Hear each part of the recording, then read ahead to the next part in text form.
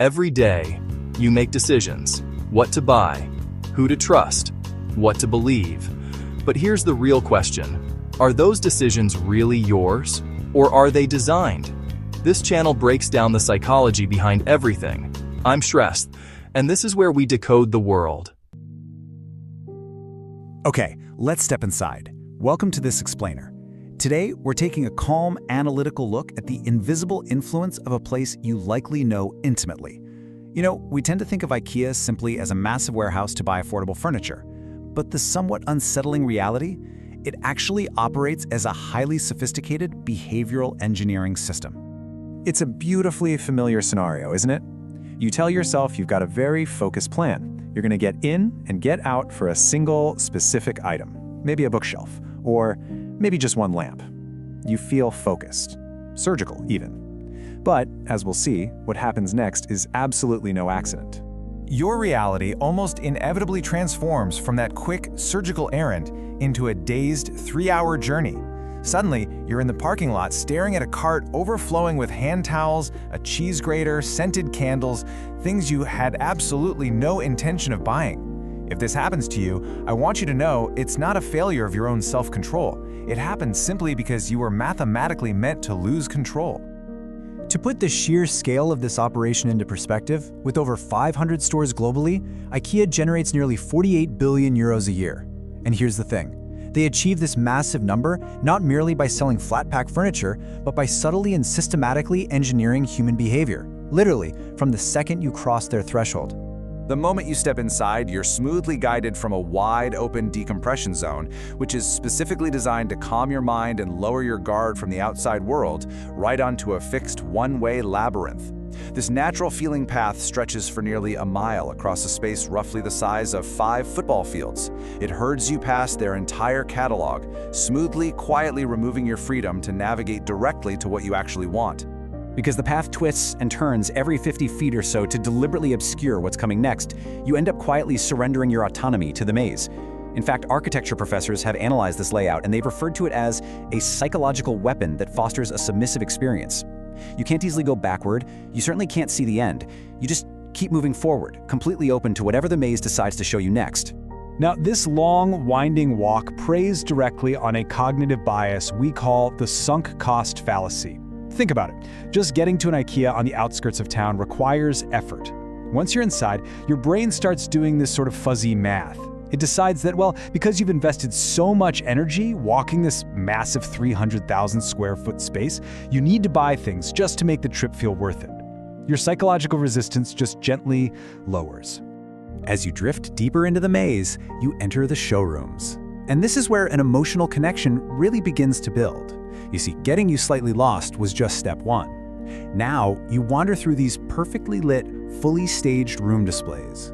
They aren't just showing you a warehouse rack of chairs. No, they are presenting you with a complete, pre-packaged fantasy, a vision of a clean, orderly, better life. What we're looking at here is a masterclass in choice architecture. That's the practice of structuring the environment to eliminate your decision fatigue. Instead of overwhelming you with 100 different tables and rugs and hoping you can match them up, they've already made the hard choices for you. By presenting a perfectly finished living room, they make it incredibly easy for your brain to just say yes to the whole aesthetic. Notice how they encourage you to sit on the couches, open the cabinets, maybe look into carefully placed mirrors. This triggers what's called mental simulation. You literally see yourself living in that space. And through the endowment effect, the simple act of physically touching these objects creates a subconscious sense of ownership. They are manufacturing a psychological bond with the products long before you've consciously decided to buy a single thing. This creates a rather beautiful yet subtle psychological loop known as the Diderot effect. Remember, you came in for one item, but suddenly, dropping one sleek kitchen organizer into your cart sparks this overwhelming urge to buy all the matching items. You aren't really buying plastic bins anymore, are you? You are trying to acquire that manufactured feeling of peace and control that you just experienced in the showroom. Then, you leave the orderly dream factory of the showrooms and descend into the chaotic marketplace downstairs. The entire environment shifts here to bypass your rational planning entirely.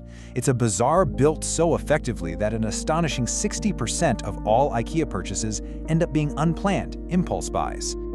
The crucial mechanism at play here is how they use price anchoring to warp your perception of value. For the last hour upstairs, you were surrounded by expensive dream kitchens and $800 sofas.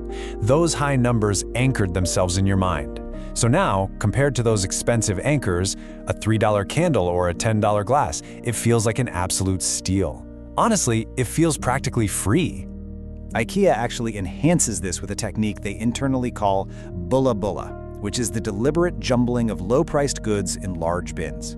Digging out these cheap, useful items feels like discovering a hidden secret. It triggers this dopamine-fueled treasure hunt. You don't agonize over a few dollars, but that dopamine-it quietly drains your wallet through 1,000 tiny paper cuts as you slowly fill up your yellow bag. Right about at this stage in the maze, your willpower is fading. Your senses are overloaded, and honestly, you might be ready to just abandon your cart and look for the nearest exit. But they anticipate this perfectly. Right when your decision fatigue peaks, they strategically deploy the food court. They replenish your blood sugar, your mood, and your spending stamina with a plate of cheap, comforting Swedish meatballs.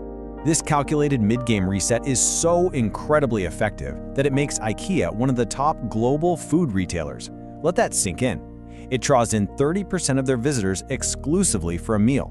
It turns a stressful shopping trip into a leisurely day out, effectively recharging you just in time for that final, daunting push through the self-serve warehouse.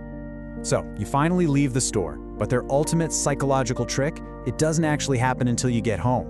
There you are, sitting on your living room floor, wrestling with an Allen key and a booklet of wordless instructions. What IKEA has brilliantly done here is outsource the final stage of manufacturing directly to you, neatly packaged in a flat-pack box.